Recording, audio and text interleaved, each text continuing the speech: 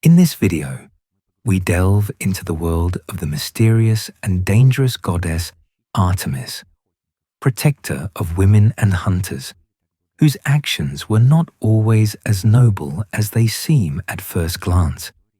You will hear stories of cruel punishments she inflicted on those who dared to break her laws. From deadly arrows to unimaginable transformations, Artemis spared no one who tried to deceive or challenge her. But there is also a story about how she saved, empowered, and protected from the worst that a man can do.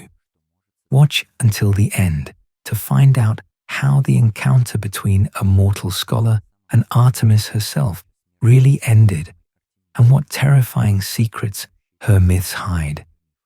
In the thick, pristine groves of Greece, where the echoes of forgotten times intertwined with the whisper of the wind, a man walked slowly. His shoulders seemed hunched under the weight of a small backpack, but in one hand he held a staff firmly, and in the other a rope. Pulling, he made a weary, panting goat hurry to keep up. Why did he come to this wilderness with prey in tow? Drops of sweat, like small gems, rolled down his forehead. Owls hooted in the heavens, heralding the onset of night, and somewhere in the distance, in the thickets, a shadow of a forest predator flashed, overtaking its prey. A sudden cry, piercing the twilight, frightened the goat that was plodding alongside the man. In a panic, it darted away, leaving a bloody trail and a plaintive bleating behind. The rope tightened, and the frightened animal, driven by its fear, pulled so hard that it almost knocked the man over. Now he was forced to run to avoid being dragged along. The frightened goat darted from side to side, rushing past trees, diving into bushes, and slipping under low-hanging vines. In this wild pursuit, it led them both. The man tried his best to dodge thorny branches and sharp twigs, but it was useless. He tried to give commands to his prey, yanked on the rope, but all in vain. Digging his heels into the ground, he finally managed to slow the animal down. And I watched all this from the tops of the dense foliage, invisible, like nature itself. My huntresses, faithful companions, reported the appearance of a mortal in our hunting grounds, and we watched him from the trees, assessing his purpose, his intentions. Usually, mortals come to the wilderness to share our activities, to hunt. But the goat in his hands was something unusual. We followed their movements easily and saw how both, exhausted, collapsed onto the grass in a small clearing, breathing heavily. He tied the goat and took off his backpack. It was obvious that he was new to these parts, inexperienced and naive. It became clear that this man was not a hunter. From his fine clothes to his clumsy attempts to set up shelter, everything screamed of his inexperience. My companions, scattered across the treetops, watched and waited. The nymphs among them barely restrained their laughter, watching his attempts. They awaited my sign, but I did not give it. I wanted to see what he was doing so far from the world of humans. Rarely do we meet with mortals, and we certainly have never seen anyone like him. As we watched, he finished constructing his miserable shelter, which would hardly protect from the cold and rain. Then he tried to start a fire, but stacked the logs too tightly, depriving it of air. The fool did not know that nature needs to be given space to create its magic. He took out his supplies, dried meat, and carefully wrapped bread. He didn't even try to get his own food. I had no doubt that the attempt would fail. Then he laid out books, scrolls, parchment, a wax tablet, and a stylus. Just when my curiosity began to fade, he took out a small metal vessel, which shone in the moonlight. Taking a twig, he drew fire from his miserable fire and lit the inside of the vessel. The oil flared up, feeding the flame, and he began to pronounce ritual words, words that I knew very well, words that all gods know. He spoke sacred words, making a sacrifice. Yes, offering was his aim, to show his dedication, but not without self-interest. He brought a goat and took a knife out of his backpack. Heading towards the animal, he flashed the blade. Another mistake. The goat panicked, but couldn't run far. The so-called performer prepared himself, grabbed the rope and swung, delivering clumsy, inaccurate blows. By sheer luck, he grazed the neck. Although I saw that he intended to strike the neck, he himself was surprised when he succeeded. He knew where to strike to do it quickly, but his hand was shaking. Blood gushed from the goat's neck onto the ground. He froze, watching in horror as the animal twitched and writhed, weakly bleeding. From a statue, he became a whirlwind, gripping the knife tighter in both hands. Ceasing to tremble, he stepped forward and plunged it into the chest of the writhing goat. The blade reached the heart, but the beast continued to twitch and cry pitifully. Turning the knife, he plunged it deeper, whispering a prayer over the creature that was taking its last breaths. My huntresses in the trees were becoming increasingly impatient. With a slight flick of my wrist and a flash of a signal, all but two flew away, dissolving into the air, because they hoped he would be a fine prey. They craved a good hunt. But there was something special about this newcomer. His determination surprised me. I didn't believe he had it in him. To finish the goat, it took courage for such an inexperienced person.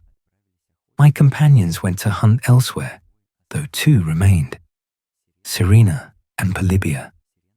Serena was older, and Polybia, still childlike, silently moved through the treetops to sit next to me. The three of us watched as the man below turned over and shook. On his hands and knees, he vomited the contents of his stomach for several minutes, though nothing came out. As soon as he recovered, he began to butcher the goat as best he could, chopping, skinning it into strips and pieces, until he threw pieces of meat and fat into the vessel. They mixed with the burning oil. He took a handful of something from a leather pouch and threw it into the flame. Sparks of strange hues flashed, like a firework of colored stars. The gifts of Prometheus usually didn't behave so aggressively. It was a powder, but I didn't know what it was. The meat and fat quickly fried. A thick column of smoke rose from the vessel. He spoke his pleas aloud, completing the ritual, bowing his head and whispering the last words. He wanted someone to speak to him face to face. I didn't know his intentions. I thought I knew his heart. But with this offering, with this great sacrifice and journey to this land, with this apparent devotion, this was not his place and not his normal life. But he came. He killed the goat, though he could have fled. He had the courage to put her out of her misery. Maybe he really did have the heart of a hunter. I didn't know, but I wanted to know. Few of those who wander so far come out of the forest alive, and here is this inexperienced man. I decided to grant the request of this strange mortal. He posed no threat, but I was no fool. I had my trump cards. I nodded to my companions. Their eyes widened, and I snapped my fingers. In an instant, we seemed to be sitting invisibly in the treetops above him, but now appeared right in front of him. A shower of silvery light heralded our arrival. The three of us rode in my chariot. Serena to my left, Polybia to my right. We were dressed in the same leather hunting clothes, knee-length skirts with sturdy archer's arm guards and straps across the shoulder. The silvery metal of the chariot shone in the light of his sacrificial fire. Rays of bright moon concentrated on us, like spotlights. Deer put on a show as if we were rushing from afar and accidentally stumbled upon him. Their antlers shone with gold, and flames shot from each nostril as they breathed. Shocked and frightened, the man fell to the ground. His eyes were fixed on the chariot until it stopped in front of him. A smile grew and froze on his face. We, 3 girls, with our heads held high, armed with shining bows and arrows. He raised his bloody hands and bowed his head low in respect. Goddess Artemis, I thank you for your presence. I truly did not expect you to answer the call of a humble scholar. I am more grateful than you can imagine. Noble and divine goddess, I hope this meeting will benefit us both. How? I asked, and he covered his ears with his hands. He cringed, crawling backwards on the ground. One of my companions, Serena, leaned in and informed me that mortals have sensitive ears. I forgot. Their bodies and feelings are so weak and fragile. Apollo often forgets that he can talk to me normally when he talks to mortals. I remembered his voice. Speaking to Aeton again, I tried to match Apollo's volume. I asked again in a whisper, and it didn't seem to hurt him. Aeton jerked his head towards me and slowly stood up as I asked him, "How will it benefit me? What can you offer that I will enjoy?" My goddess, of all the gods and goddesses of your family, your stories, your very life are the least known to mankind. I am not just a scholar. I am Aeton of Ephesus, and I intend for my work to be celebrated for centuries. It will be a chronicle of the lives of mortals. My words and records of our time will become the foundation of history for generations to come. I have studied the stories of many in your family, even your twin brother, the mighty god Apollo. Much is known and told about them in cities far and wide. However, my research and searches have yielded me very little about you, beautiful goddess. Rumors and whispers, stories passed down by word of mouth. Direct evidence is hard to find, if it exists at all. I have come a long way to find you, goddess. On advice, I have offered my finest goat as a gift.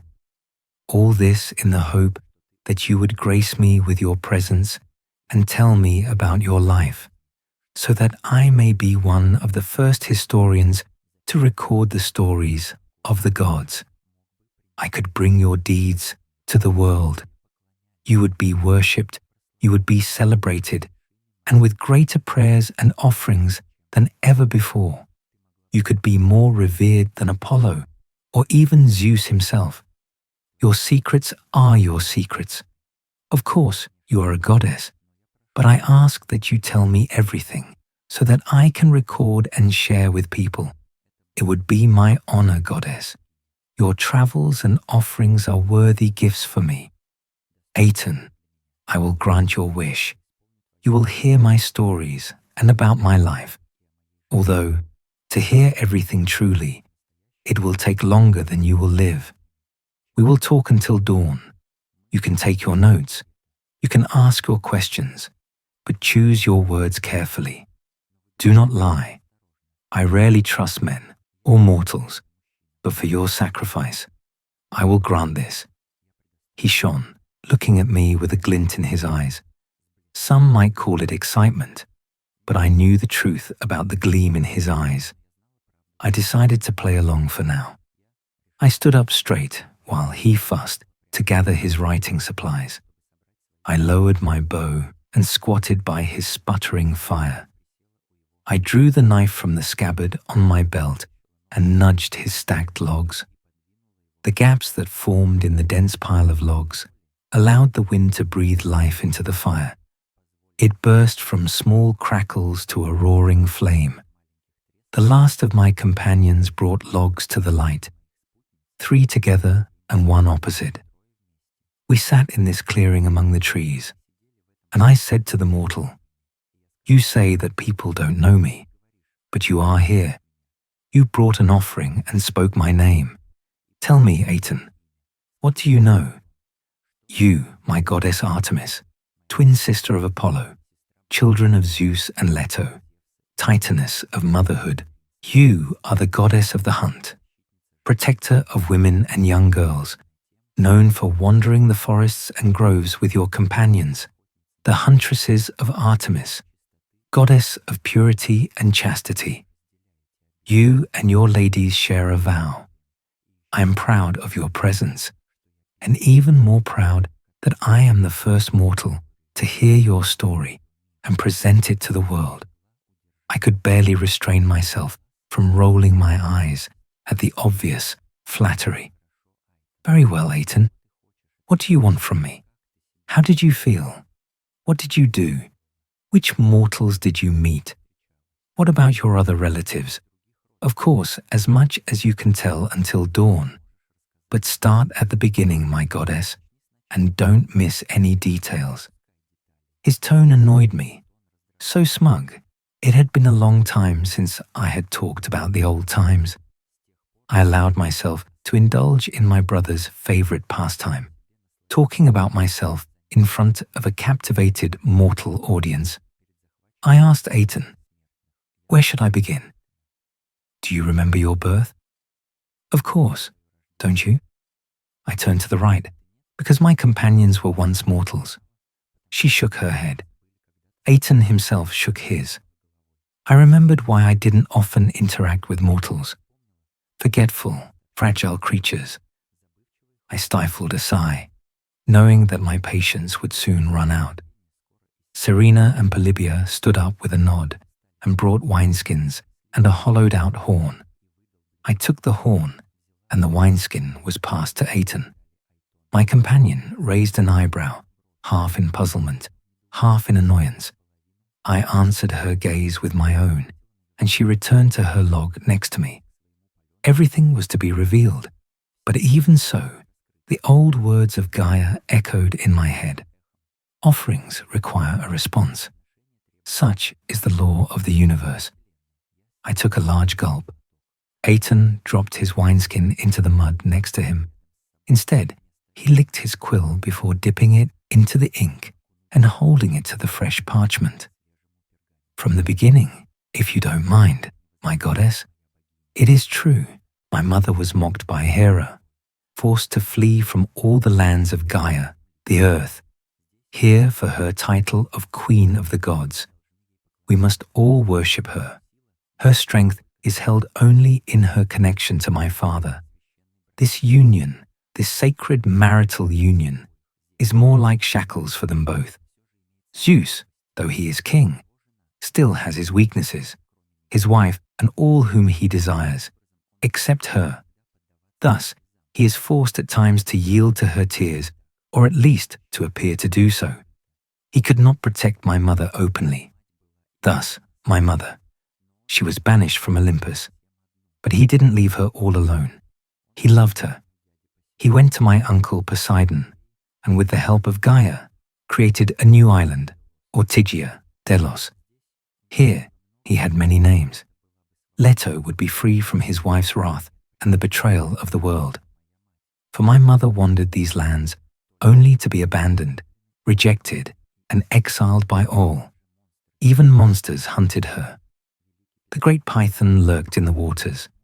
He waited in the sea as she sought refuge on Ortygia. There, Leto hid and waited for her labor to begin, but it didn't. Zeus's cursed wife brought her daughter, Eileithyia, to her side. She made my mother's labor slower, more painful than any mortal could bear. My poor mother was stuck in an endless cycle of contractions. In the dark warmth of her body, I could hear her heart beating. We felt her panic, heard her cries, felt the muscles contracting around us. I was borne first onto the rough sand and uneven ground. The bright light blinded me at first. Leto's high-pitched, piercing screams. I remember the cold air, but most of all, the blood. It covered us both, enveloping my skin and staining the ground below. And it kept coming. The blood didn't stop. The first thing I truly saw was her blood and pain. My mother, her body torn, flesh ripped. All I wanted was to stop her screams. Divinity in my blood. It heard this desire and answered my call. What took mortal children years, I did in seconds. From a helpless infant, I grew into a child. I didn't stand idly on my new legs. And I ran. I went for water and brought it to my mother. She drank between screams, and I held her hand in mine, my little fist. Used for only a small grasp of Apollo, her hand felt gigantic to me. I soothed and encouraged her as best I could while she pushed. Apollo's head began to emerge, and I saw the moment my twin entered the world. I saw him tear her even more, and then I decided I would never experience that myself. Apollo shone with a bright light, and we held hands, standing. Our mother's blood still covered us as we rapidly aged until we were fully grown gods, and we cared for Leto, gathered the softest leaves, and built a fire to keep her warm. We let her rest, for she was weak from Alethea's torment. As she drifted off to sleep, the serpent Python, who had been waiting in the waters, raised his ugly head. He lunged towards us. He snaked his neck through the trees above us, snapping his jaws wildly. Leto, pale and unconscious, Python seized the trees in his jaws and ripped them from the earth. Apollo grabbed a branch and threw one to me. I screamed at the beast and struck at his neck. I drew him away while Apollo carried our mother to safety. Through the trees and to the beach, I ran. My little hands gripped vines, and I attached the sharpest stone to my branch. With my spear, I plunged it into the scaly, legless body. The creature roared in pain and lunged at me, but an object flew through the air. It struck Python hard, and he fell back into the water. Apollo stood behind me with a wooden stick and a stretched string made roughly, but it was a bow and arrow in his hands. Python burst from the water and struck again. We were caught by surprise and both easily knocked off our feet. Our weapons scattered among the stones. I grabbed the nearest object, and my fist found the bow. Apollo seized the spear. He lunged and slashed the monster. Scales and blood fell around him, and Python howled to the heavens.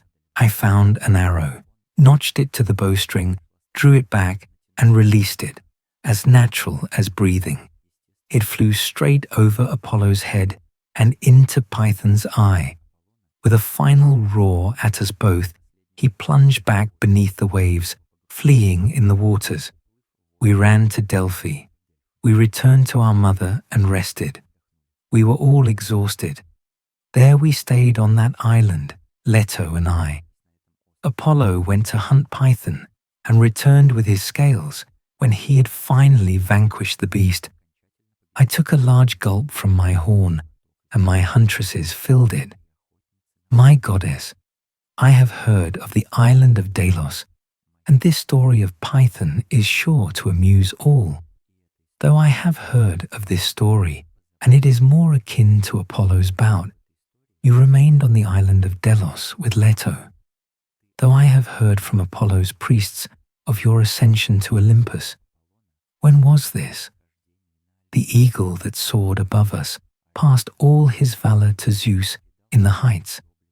Though Hera already knew, with Althea nearby, she could not stop it, no matter how hard she tried. Leto, Apollo, and I were summoned to Mount Olympus. We were met with celebrations, roaring crowds, and a warm welcome from my father. resurrected and brought into the circle of our divine relatives.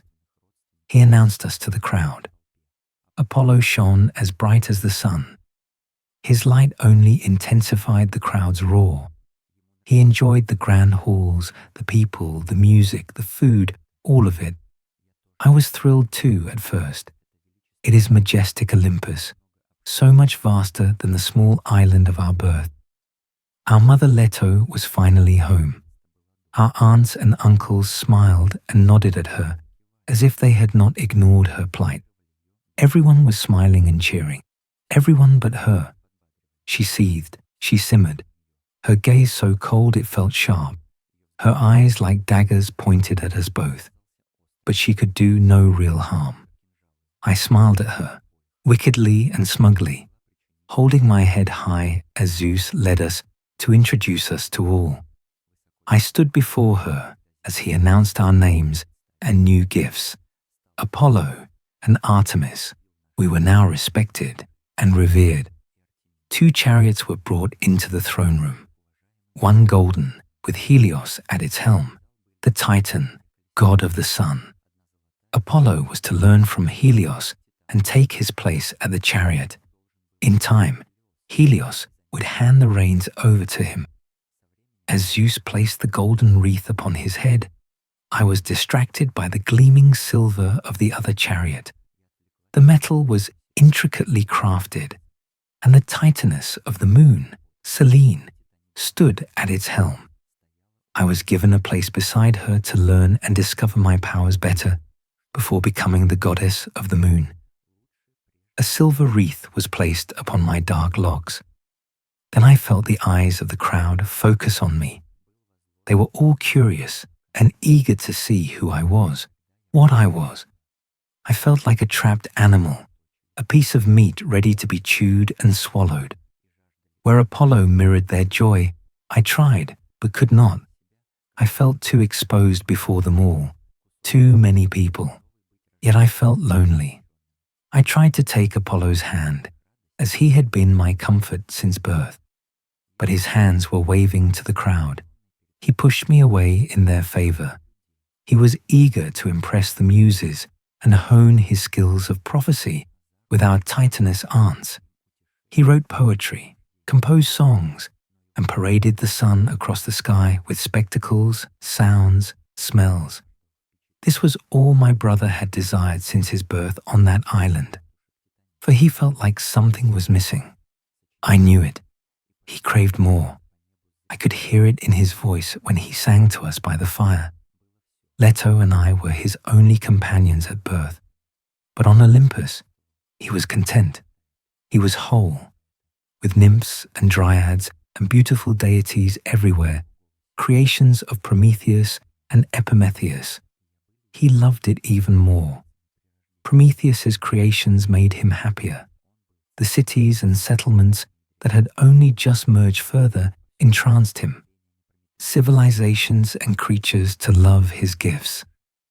This was what he was missing. This was his purpose and his passion. In the halls of Olympus, I felt what Apollo had felt on the island. We may be twins, but we are not the same. His sense of purpose and belonging came to him on Mount Olympus. Mine came from that island on Delos, from those forests, hunting with that crude bow of sinew among the earth with my mother near, hunting our sacrifices, quiet and still among the trees and foliage, stalking prey. And when you finally find them, to draw the bow, feel the muscles of my arms stretch, the string pressed against my lips, and the world still. Not a single sound as I exhale and release the arrow. The second between the whistle of the arrow in the air and the thud as it hits its mark. My time on Olympus distanced me from the wild. It was there that I understood Apollo's longing. As his purpose was found, mine was lost, ripped from me. I came to sleep in my chambers, away from the crowds. I avoided the sunlight. I aided Selene in her chariot each night. It gave me time away from the stifling halls. I did not thrive. like Apollo. I loved the darkness and solitude of the night. Apollo's popularity grew. He was winning the favor of all, as was mine, though I was withdrawing more and more from court. This only made me more intriguing to them. Apollo would report the words spoken to him and the favor shown by the various gods when we would meet in the gardens. The wilderness on the mountain and those gardens were still my favorite place on Olympus. And when I would join the rebellions and feasts, I felt the stares, the men, divine and mortal, looking at me as I ate and danced. I saw their intentions. I felt their desires. They wanted to undress me. It made me feel vulnerable and weak. I felt less safe on Olympus among the crowds than when I had stood face to face with Typhon, armed with only a stick.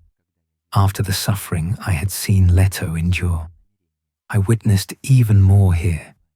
For mighty Hera, ever enchanted by her husband, forced to obey and bow to his will. The enchantments of Eros were a curse on men and women that drove them mad, and mortal women, easily destroyed in the hands of lustful men. I wanted nothing to do with it. I promised myself and the world that I would not allow another's lust to change me. I went to Zeus myself and swore before all the piercing eyes, I would not marry, I would not bow, and I would not remain on Mount Olympus. I had to leave. It all felt wrong. The walls of the palace were more like a cold marble prison. My father understood. It was antithetical to my nature, where he knew the world would not be right until his tyrant father was gone. My life and the world would not be right if I remained on Olympus. Apollo was upset at first, but he let me go with the promise that he could come to me whenever he wished. Some divine places are Olympus. Others are drawn to wander the world. I did not walk the wilds alone, however, nor with empty hands. Zeus presented me with nymphs, women, and girls I had become close to accompany me on my hunts. They were my only comfort among the throng of deities. They brought me joy. I was glad I would not have to part with them, but I still gave them the choice to stay or to join me of their own free will. The Cyclopes of the Forges took the crude bow and arrows of our birth. They refashioned the design better than before, of both gold and silver. One for Apollo, of course, and one for me. Artemis raised her bow again and held it before me. A silver, metallic bow.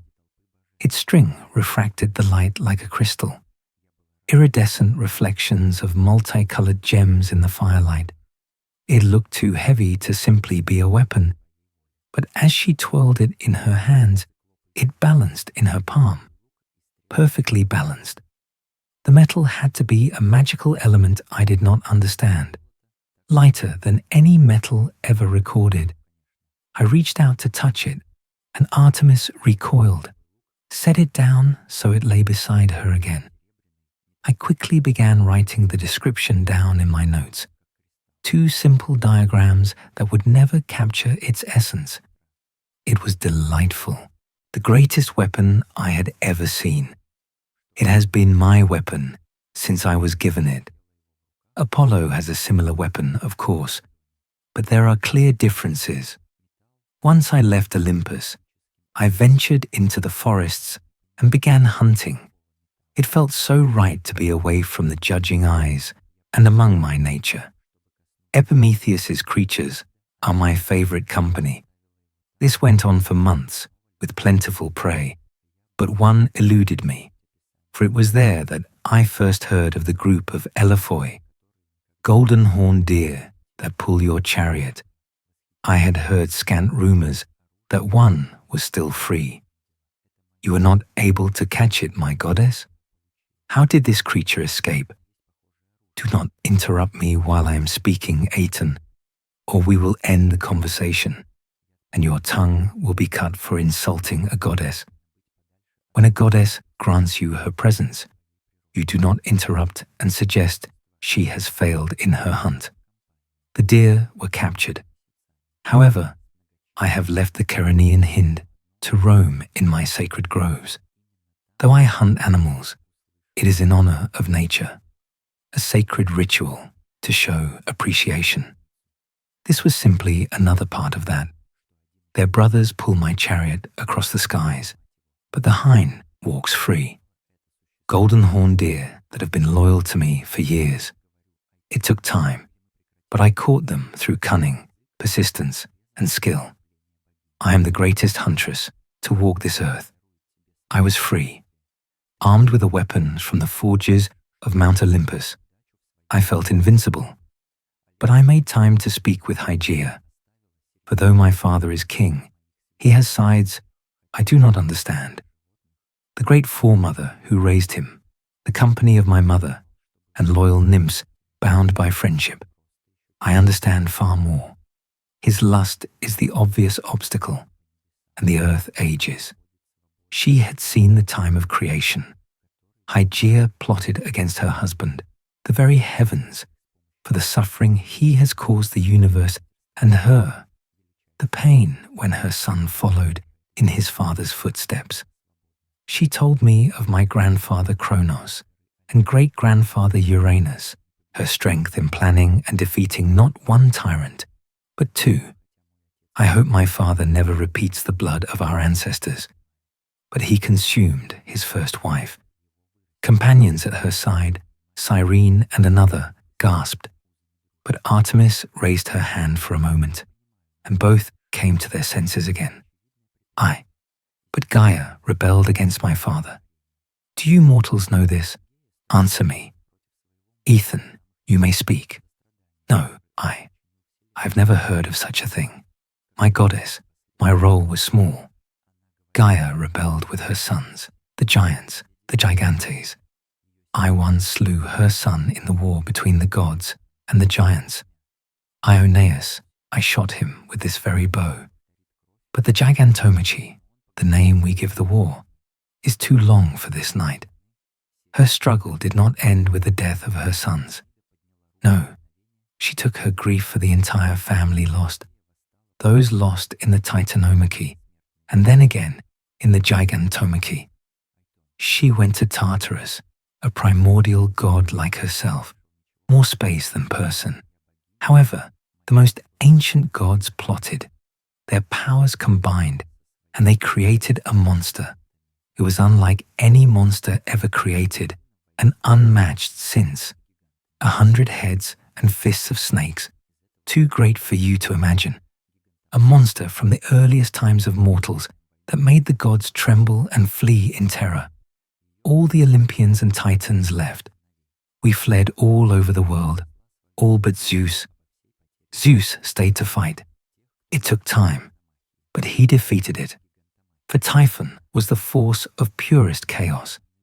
Even Gaia and Tartarus could not control him, and he was going to destroy us all, even the earth. Zeus saved us.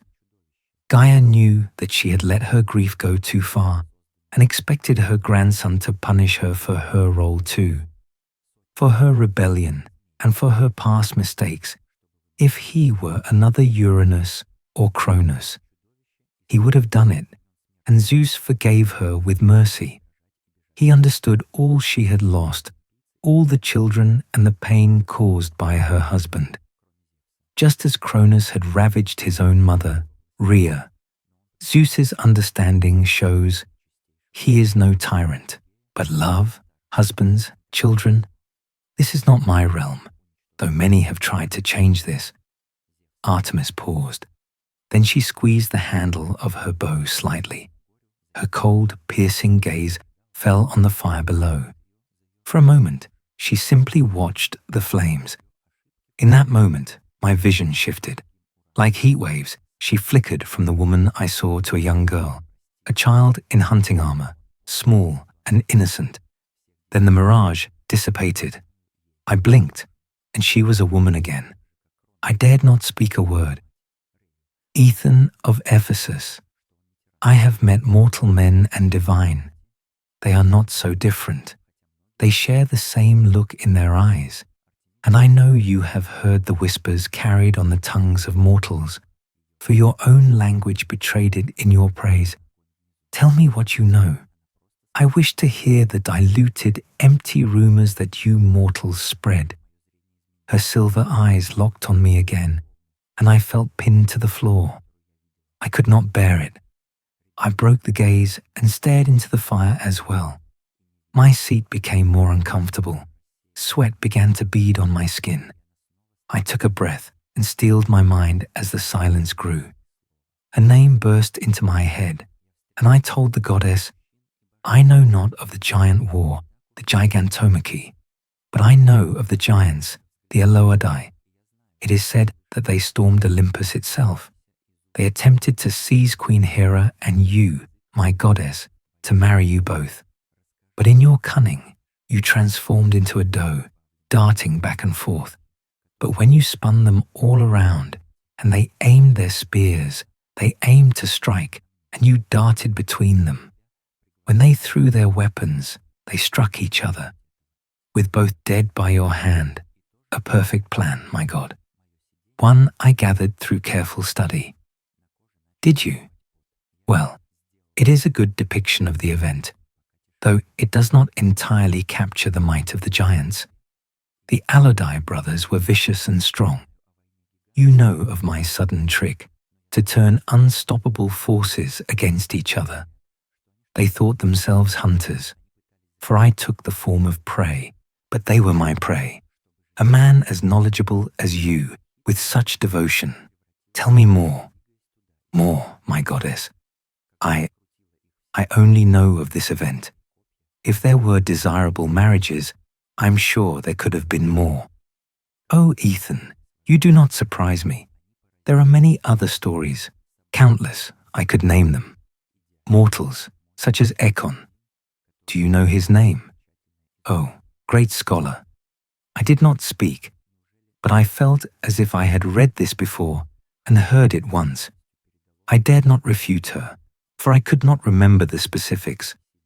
But that name Aeton remembered was a prince of thieves from Boeotia who went missing, lost in the woods with his hunting dogs. A mortal hunter. He spied on me, caught me unarmed and unarmored, the same look in him as in the giants, and I transformed, but not myself. No, I changed him. He became a doe this time. His hunting dogs gave chase as he fled on his new hooves. When they caught him, they tore him apart, and we feasted where he fell. We danced and drank. I tried to forget what could have happened, what I was saved from. I had vanquished another who came to take what was not his. And still, they came. Bufagos, an Arcadian man who came to hunt me at night. He fell by my arrows. He did not even see me, for I was in the trees above. Then Alpheus noticed me, a river god, and he was slow to follow me. My huntresses saw him for weeks on the outskirts of our game. With the feast the next day, he thought I was foolish, that I would not see his approach. That night, I offered a game to my companions, and they agreed. We all covered ourselves in mud. It covered our hands and hair, even our clothes. We looked indistinguishable from each other. And then the feast truly began. With roaring bonfires, the moon high, our prey cooked and roasted, we danced and danced, blending with the mud and the forest. And Alpheus came. He watched all night and could not decide which of us was the real Artemis, humiliated when we spread his intentions, and shame to all. We could not kill a river, but we still defeated him. In his anger, he chose one of my handmaidens, Arethusa of Elis. She was a beauty and a dedicated huntress. Alpheus chased her all across the island of Ortygia, bent on revenge and relentless in his lust. I kept her close, but one day she slipped from my grasp, and I heard her scream. I ran through the woods, but when I burst into the clearing where they were, I saw his hand on her wrist, another pulling at her clothing. I was too late, and she begged me to stop him. I did what I could. I transformed her from the shape of a girl into a spring of water. Her body fell from his hands as he tried to grasp the water, even the divine struggle with lust and savagery. He was enraged, but left. He understood the futility of his toils. I was not going to surrender, so he did instead. I took Arethusa in her water form to be a sacred spring of my sanctuary on the island of Syracuse. It hurt to lose her physical form, not her spirit. I began to spend more time with Persephone. She and Arethusa were very much alike. I would often frequent the meadows and fields of Deita with young Persephone. Then she, too, was taken by Hades. I wish I had been there that day. Then perhaps I could have stopped it. I felt so helpless in her absence. It did not just affect my life. The next man who came for me was named Kyprios. He found a place where I was bathing, and I saw red. I had grown tired of it, and I transformed him, but this time into a woman.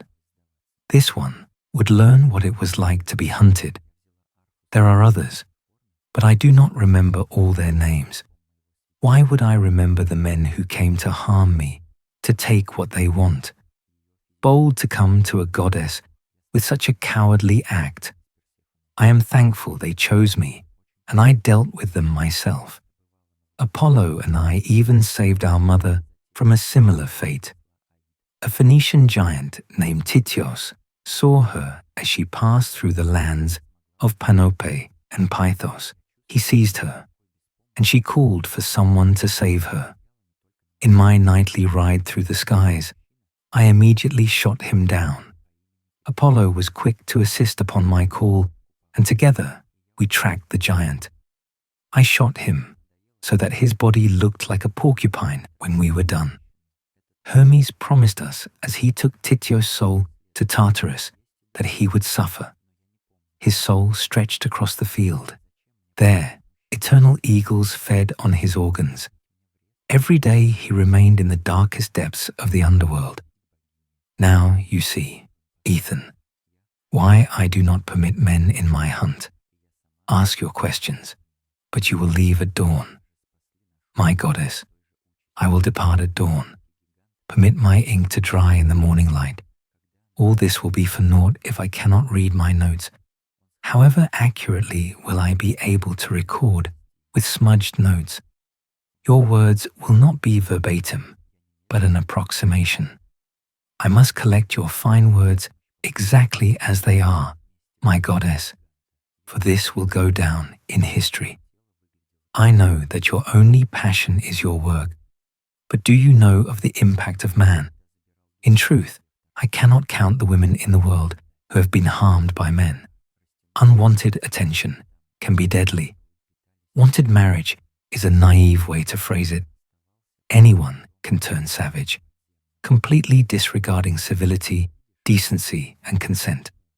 Many times there was no punishment, but I am the hand of justice when I can be. Apollo and I were proud when we brought vengeance to those who betrayed our mother. Not only Tityos. During her pregnancy, the entire city of Arcadia was convinced to shut their doors. When she had nowhere to go, they turned her away. Prince Laemon, the son of King Tahates, spoke to him, slithered to him with words. Apollo and I went to find the culprit, scoured the city, and quickly deduced it was the royal family. Apollo went to speak with his brother. Prince Laemon attacked him. Right there, in the hall, he killed his own kin. Laemon feared he exposed his role and named him a criminal. We knew that one of the princes was guilty. He revealed his role himself. I shot him, but it was not clean. He screamed, and I continued this game. I shot him again and again, but not in vital spots. No, the mercy of a swift death was stripped from him.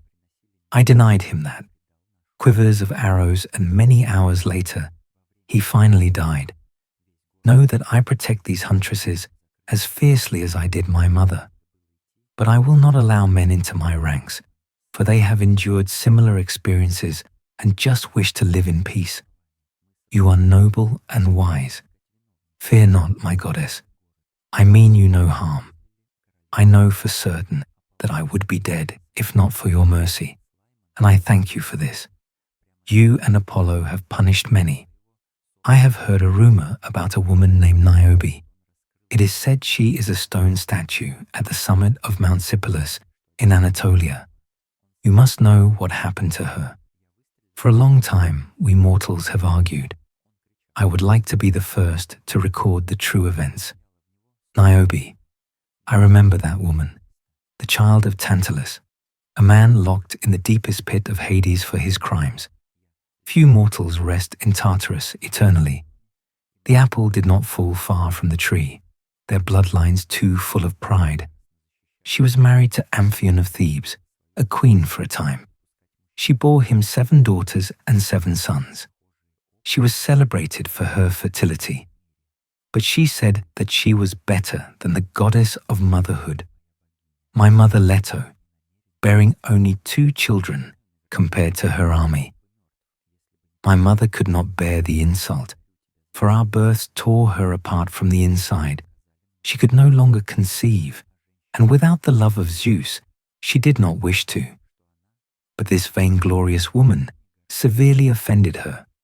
Leto called to us, her faithful children, and we rained down our wrath upon her.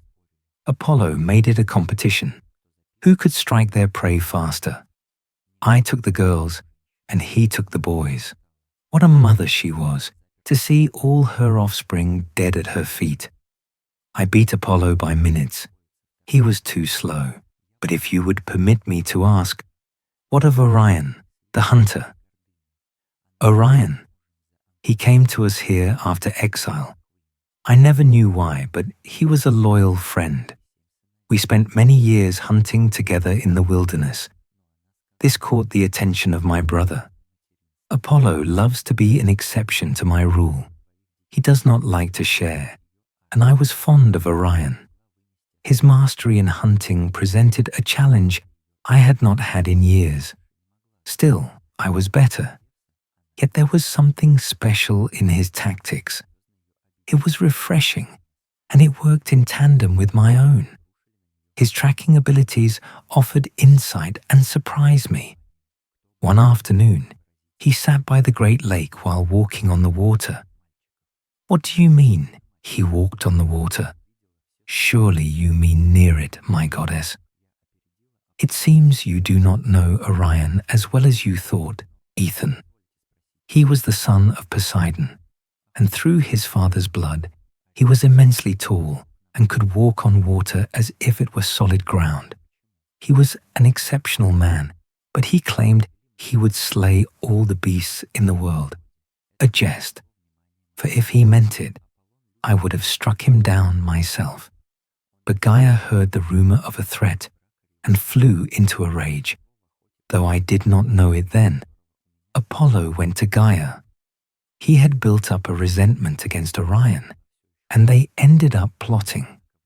Gaia created a scorpion with venom more potent than any before, as if 100,000 stings were packed into one barb. Apollo took this scorpion, killed it, and ground it into a fine venomous paste. He smeared it on the tip of an arrow. When Orion went to hunt a whale, for he had never before, Apollo knew the time had come. Orion went far from our usual hunting grounds, and Gaia conjured further distraction. She made it so the flowers that my companions grew bloomed at the right moment. They were distracted. Apollo approached me, appearing from nowhere as I finished skinning a deer. A mischievous smile on my brother's face. My mood was already foul, so he did not have to work hard. He knows how easily I can be provoked. He added fuel to the fire, and I grew angry, wishing to silence him. when he declared that he was the better archer. I wanted to rip the golden locks right from his head, and he would have deserved it. But he knew how to channel my anger. He suggested I could not see to catch a dark silhouette at a distance. Even with our divine vision, it was just a shadow. I didn't even speak to correct him. In my anger to prove I was better, I simply drew back my bow and fired, an arrow that Apollo had given me. The bolt flew true and struck the dark spot. The silhouette fell, and Apollo burst out laughing. He threw an arm around my shoulder, meeting my confusion with a sigh of relief. Then he shared a joke with me, as he called it. He told me of a plot between Hygeia and himself, a scorpion sting, to defeat a giant predator. Apollo claimed that I was too blind to see him for who he was, too good to grace him with my company. I pushed my brother away, refused to listen to him, and ran to find the hunter. I hoped he was only wounded, that he had somehow survived the shot. But I was wrong. Hygeia's venom was too effective, and the arrow too true. He was cold when I found him. His body had sunk beneath the waves, and his skin was wrinkled. I did not leave the deed unanswered. I love my brother as fiercely as he loves me. It is not without its complications. I know that Apollo mistook my closeness with Orion for love. It was not that. It was simply companionship, an understanding shared between us. He had the same need for the hunt, the same desire to focus on the prey and trap them together, the ability to spend days without speaking a word, but working silently in harmony. He felt different, contained, and controlled.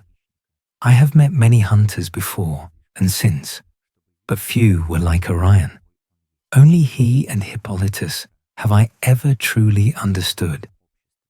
That is why you placed him amongst the stars then, because he was different, and Hippolytus. I have heard the name in Aphrodite's stories. What connection do you have with him? Hippolytus will come in time, but we shall speak of him soon. I wish to honor Orion, partly out of guilt for being the one who struck him down. It was Apollo's trick, but I dealt the killing blow. Zeus placed his body among the stars to form a constellation. Orion the hunter with Scorpius, the constellation of the Scorpion, placed on the opposite side, mortal enemies who would never meet again. It is a comfort to look up and see him there, still hunting in the heavens. I am sorry you lost your friend, my goddess.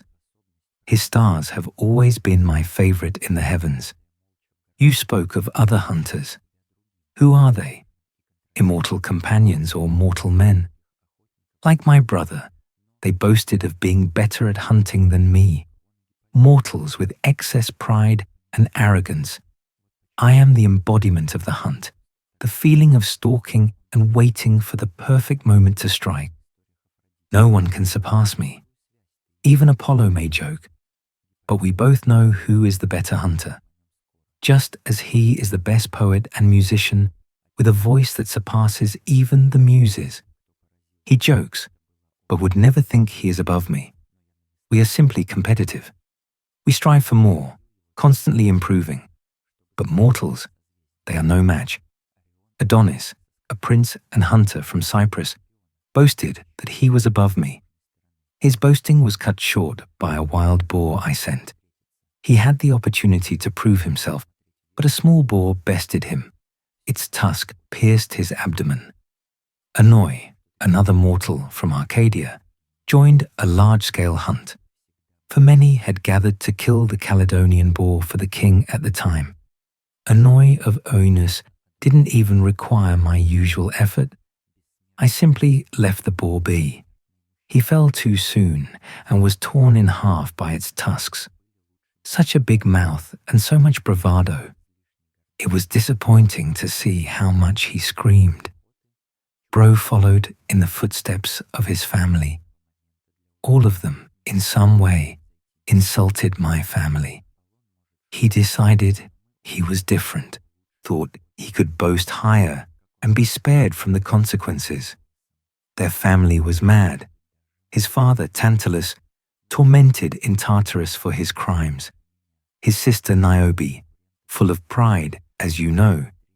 He would fall into the same trap as his kin, doing the same thing over and over again, expecting a different result. I simply made his mind match his mad words. In his delusion, he threw himself into a fire and burned. That was the end of Proteas. Phallac, the king of Ambracia in Epirus, deemed himself a better hunter than the goddess of the hunt. He had a chance to prove himself too, but the lioness I sent made a meal out of him instead. Mortals think themselves above the gods. Such pride and ego is their own downfall. Don't you think so, Aeton?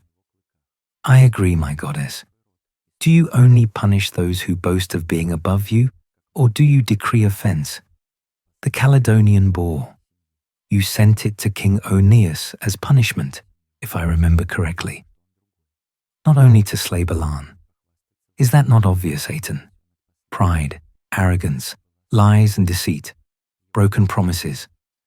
Offerings to the gods must be given, for we protect and punish to teach you how to be. Divine sacrifice is promised to us all, and when a man breaks that promise, there are consequences. Such is the law. It simply is. King Oeneus of Calydon in Aetolia had failed to make an annual sacrifice of his first fruits of the season. Offerings were given to all but me. The king forgot me. It is not something I take lightly. I sent the Calydonian boar as punishment to ravage the lands and slaughter his people. Fields were ruined and eaten. Entire villages were lost to the mighty boar's tusks. It caused a great hunt and much strife between mortals and their tribes. When Prince Meleagros finally slew the beast, it caused upset and war. The king would not forget his offering to me again. That was made sure. Adonis, Atreus, Melanippe, Bisa, Etmea, and Polyonte. I could name foolish mortals until the dawn. It would take me weeks to name them all, and there are many who I forget. Each one was punished for their actions, for each one had forgotten or insulted me in some way. Some were shot with my arrows. Others were transformed into animals for the rest of their lives. Each got what they deserved. These are individual actions. But what of the Corinthians? An entire city who blame you and Aphrodite for a plague upon them. Is this true, my goddess? The Corinthians. An entire city turned their back on us, my brother Apollo and I. For after he slew Typhon, we felt his blood upon us.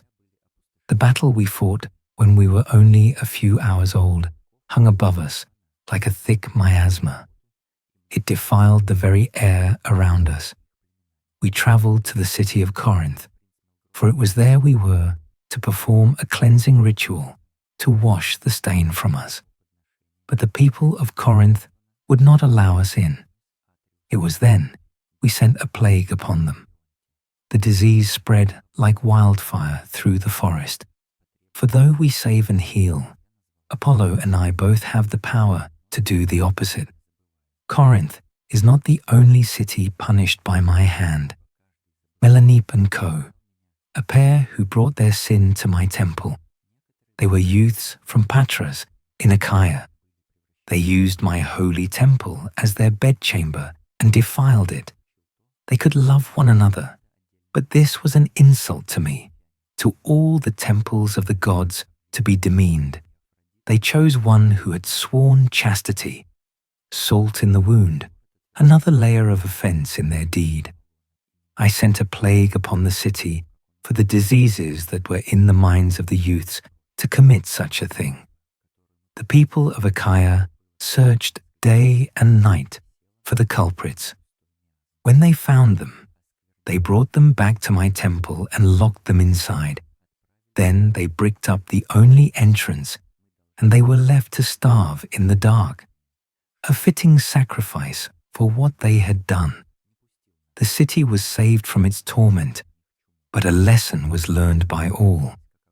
Though Lygdamis was slow to learn, he was king of the Scythians, who led his armies against Lydia. Lygdamis intended to plunder my temple at Ephesus, but a plague swept through his men. It stole their strength, their will, their hope, and eventually their lives. Dead men cannot plunder a temple. Astrabacus and Alapekos, princes of Sparta and Legmonia, they suffered madness for seeing my statue, which was meant only for the eyes of pure virgins. They deemed themselves worthy and paid the price. The leaders of cities are often not as pure as their people think. Take Aristomeladas, ruler and tyrant of Aomios in Arcadia. This vile creature, a man, had hoped to touch a maiden, a Tegean virgin, a priestess of my order. But she knew of his plans, out of fear that he would take what he wanted, regardless of how long it took him. She could not live with the thought, the shame, and the fear before he could touch her. She took her own life. You see, Aeton, these are all lessons. All are a warning that the gods are not to be trifled with. These are stories and events I have never heard. I thank you, goddess. Once these spread around the world, humans will understand better. I must ask, you punish mortals, but Apollo, your own brother, has deceived you. Is this the reason for Siren? Was it Chione? Or was Chione revenge for Orion? It must be put straight. And both are reported to be lovers of Apollo, I believe. Both were struck down by you, my goddess. The daughter of Dalian of Attica went by different names to different people. Apollo knew her by one name, Hermes knew her by another, and I knew her by another. Ki, Lucono, Phaenis, whatever the cursed being was, I don't care. She seduced my brother, and he fell in love with her, bearing child, but another bore a different father, for Hermes also loved her. She bore Apollo a son, and Otaholo, a son of Hermes. I wished to destroy her for what she had done to my brother. The heartbreak he suffered, beyond what mortals can even comprehend. But my brother begged me to spare her, for he could not see her harmed without his own cause. I left her alone. Her pride got to her. She boasted that she was more beautiful than me, for she had captured the attention of two gods, and I had captured none. Her safety from the worship of both Apollo and Hermes allowed her vanity and pride to rule her tongue. Loose lips gave me justification. She never saw me coming. It was so sweet to know she signed her own death warrant. I was justified in what I did. But this was not revenge for Orion. Coronis. She was shortly after the death of my friend. Coronis was a princess of Tricala in Thessaly. Beautiful and bewitched Apollo, entrancing him. She made him prove himself so many times before she loved him. But he was obsessed. Waiting for her to bear their child, I was waiting for her waters to break when I struck her down. Apollo was broken, but not for long. For my brother constantly falls under the spells of Eros, child of Aphrodite, loving those who are undeserving. My brother gives his heart to careless mortals. Coronis was no exception. Little honor. Even when she possessed the love of a god, she cheated, took a mortal lover on the side, even while pregnant with my brother's child. He discovered her betrayal shortly after her death. We often joke about her now. It is good to know that the gods struggle with their family just like we mortals do. Though these stories have not given me much hope. Even with love comes betrayal. Humanity can be good, I swear. We are not all sacrilegious and deceitful. But I know that there are many examples for us all, and I will take care in this. I know the consequences of such actions now thanks to your enlightening words and vivid descriptions. I would ask for enlightenment on one matter, Aeton. For you said, I know that you have been betrayed before. To what exactly are you referring? Well, my goddess, there are those who have betrayed your values and your trust, if my sources are to be believed. You mentioned the stars earlier. Well, Callisto is a good example. Was she once a handmaiden of your order? Yes, she was once part of my hunt. She broke the oath that we all make, lied to us all. The abomination that came from her mouth, the lies, it was disgusting. I will not repeat it, nor expect my ladies to. Aeton, for her crimes of broken purity and her blasphemous words to her once sworn goddess. My anger overwhelmed me, and the rage sent a burst of power that transformed her. I took her mortal form and gave her the physical body of a bear. It was done in haste. However, those who break their word are punished. She roamed the wilds for years. I kept an eye on her. Though she had betrayed us, my huntresses and I, we still cared for her. When we found her son, a hunter, who had strayed into her territory, they rushed to me, informed me of the hunter's intentions and of Callisto's imminent demise. It was then I called upon my father, and together we stopped what was to happen. We took the frozen scene of Arcus, inches from striking Callisto, and transformed them both into the heavens. They became stars, Ursa Major and Ursa Minor, the great bear. Ursa Major is Callisto, the mother, the little bear. Ursa Minor is Arcus, the son and hunter, saved from the misery of fratricide, honored in the stars. That is the magnificent story, to save someone who had betrayed you from an unworthy death. It shows your mercy and your kindness. I finished jotting down notes on this story on my parchment and reached for another. The night was long. I didn't think, and it blurted out. I have noticed that you issue punishments yourself, my goddess. Does Nemesis, goddess of retribution, not have an issue with this? I cocked my head as the silence grew. I am not like many in my family. I have duties, but I handle my grievances personally.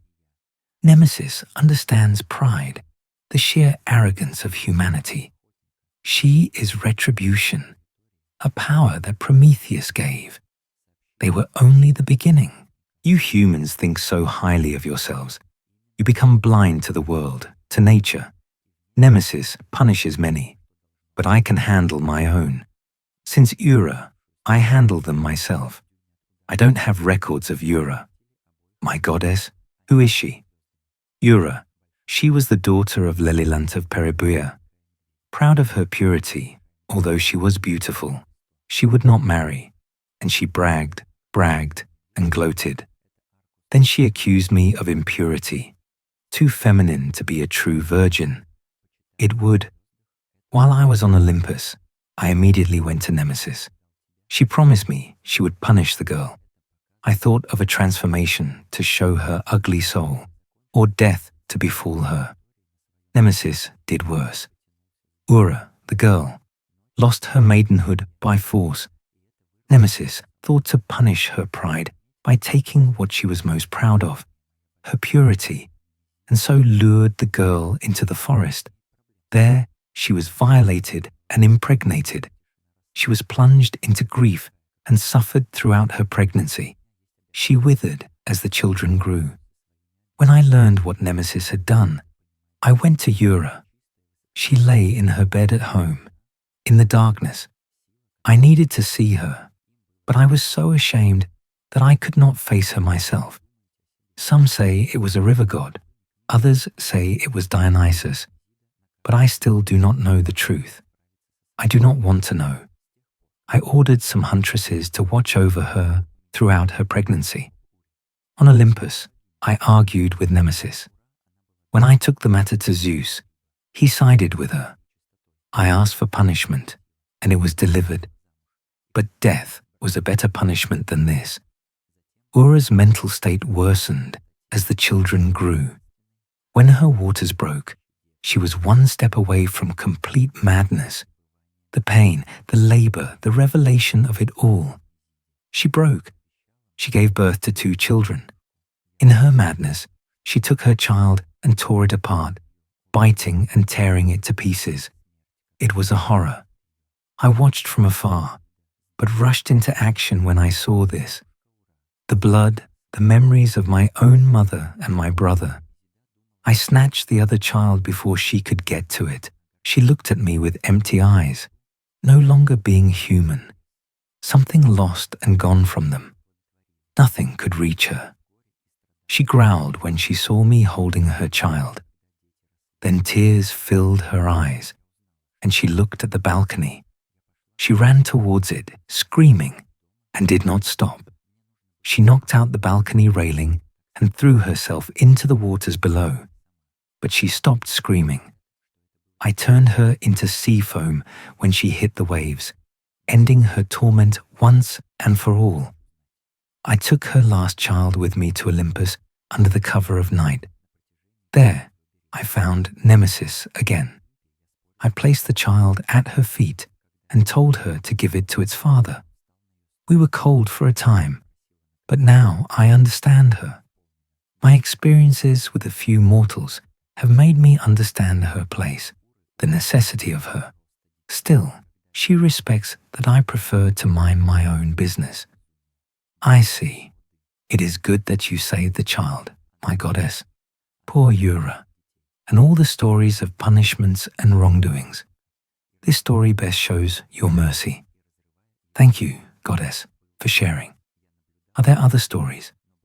Mortals you have sheltered and saved, perhaps. I am a protector, Aeton. I save women and girls. I provide refuge, salvation from the lust of the world, and from the confusion and complexity of civilization, cities, culture, and hierarchy. Here we are equal. We are hunters, predators who hunt prey, no longer prey ourselves. I give them strength when I can, and save them from pain when I cannot. Cleomene, Artemis, and Ortiki-Liato. And I helped them by turning them into birds when my brother's wrath fell upon them. The subjugated eagle, the lark, the capacity. Then there was Igone, the princess of Argos. I switched her out when her half-brother rebelled against her and her parents. The Melagrides, the princesses of Aetolia, plunged into grief over the loss of their brother, Meleager. The same Melagrides who were all children of King Oeneus. Their grief was unbearable, so I turned them into domestic chickens. People can retain such memory and emotion, so much so that it can ruin their lives. By changing their physical form, I save them from these sufferings, memories, and emotions that are too complex for the bird bodies I gave them. They are free, freer than they would have been as women. Next is Procris, a lady from Attica. She was my hunting companion in her youth, but she did not take vows. She chose another life. She chose love, a life with her husband and children. But my family can be as vindictive as humanity. For Eos of the dawn noticed her, took her husband away from her, and tried to make him hers forever. However, Procris came to me, begging me to help her get her husband back. And for the sake of our warm memories and my care for her, I bestowed gifts upon her to seduce her husband back. Hunting dogs and a dart. But it was no ordinary weapon. It was enchanted so that it would never miss. If only I had known that he would turn the weapon against her, and she perished from his sharp end. I tried to help her on a journey that was not mine to take, and yet she was still lost to the world. I see the grief and pain. It seems that we humans have far fewer redeeming qualities. Your experience with humanity is full of pain. Is there anything good in humanity? It is not only people. I have saved Nymphs, Perrine, Folly, and Brian Martis. I have saved them from pain. I may not enjoy or embody humanity in its civilization as my brother does. But of course, there is still good, Aeton. My huntresses are not only divine nymphs, but also mortal women and girls. Take Cyrene and Polybora. Artemis gestured towards a huntress sitting on a log next to her. First, the older woman with dark hair. She had a pair of hounds that I had not noticed, which was a note to myself. They sat at her feet, completely obedient.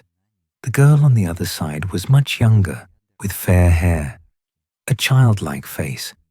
She sat lower than the others, but was just as impassive as the other two, not cold, just calm. Cyrene was once a Thessalian princess. Polybora, a princess of Legmonia, joined our hunt at a very young age. She does not look old enough to hunt by mortal standards, but she has lived 3 times longer than your life. These are not the only mortals who have passed from this earth to become my immortal companions. Aris, Lox, and Hiero. They were 3 Hyperborean maidens. They traveled to the island of Delos and prayed at my sanctuary there. When they passed away too early, they joined me in our hunt. Aspelis, a lady from Melite in Phthiotis. She suffered the same fate as my priestess in Arcadia, found a man who had plans for her and cut her life short before he could do so. I pitied her and replaced her body with a perfect statue. It still stands at that sanctuary and is revered next to me. But she joined us in the hunt. Daphne, a Laconian princess, spent her time hunting in the forests of the Peloponnese. I bestowed upon her the gift of marksmanship.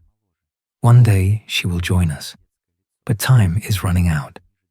Aeton, the sun will soon begin to rise. Of course, my goddess, I will leave not a minute later. But you mentioned Hippolytus. As one of the few men in your favor, and as someone who is troubled by a lingering question, I must know. Hippolytus was a rare man. He was completely devoted to me, remained pure and virginal, rejected all sexuality and desires. This angered both Eos and Aphrodite, for although she has almost all adult men and women bewitched by her charms, she is envious. She wants what she cannot have the most. She hates that her power has its limitations. For no matter how hard she tried, he did not waver, would not be seduced by beauty or lust.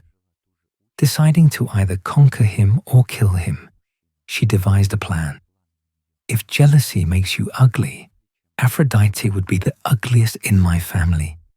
But her schemes paid off, for my faithful Hippolytus perished in the end, tied to his own chariot and restrained, but having fallen, he was dragged face first across the ground for miles.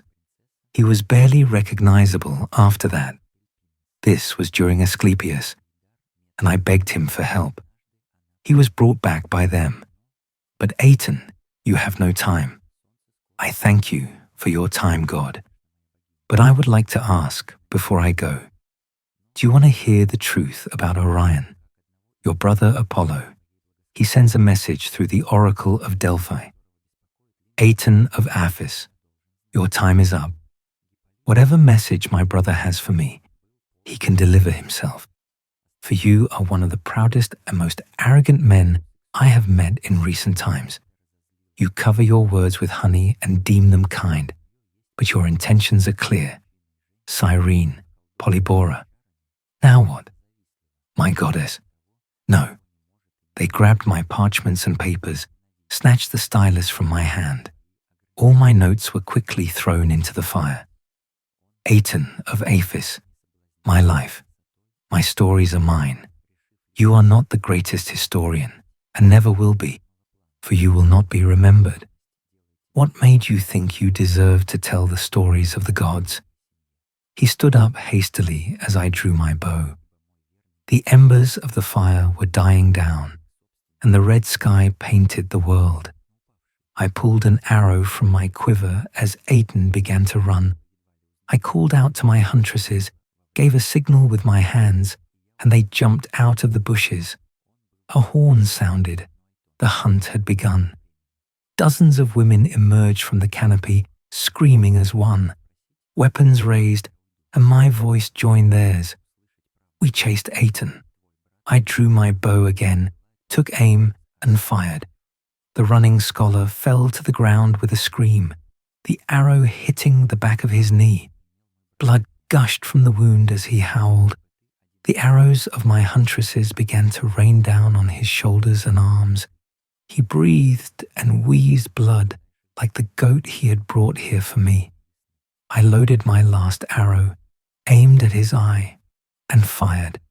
It flew straight, washed in red, as it struck the stump behind him. Many will know my stories, but they will be by my choice. Not from the lips of Aeton or any mortal, the words of Apollo, which were not spoken. The feast that we held on the bloodied earth is a story for another time. The video, Living Mythology, is presented to you by Voldemort and Lightbringer. If you enjoyed this video, please like and subscribe, or even share it as an offering to the great gods of the algorithm. If you would like to support the channel, we have a Patreon link in the pinned comment, or consider making a one-time super thanks if we have truly earned your generosity. Until next time, farewell and dream amazing dreams.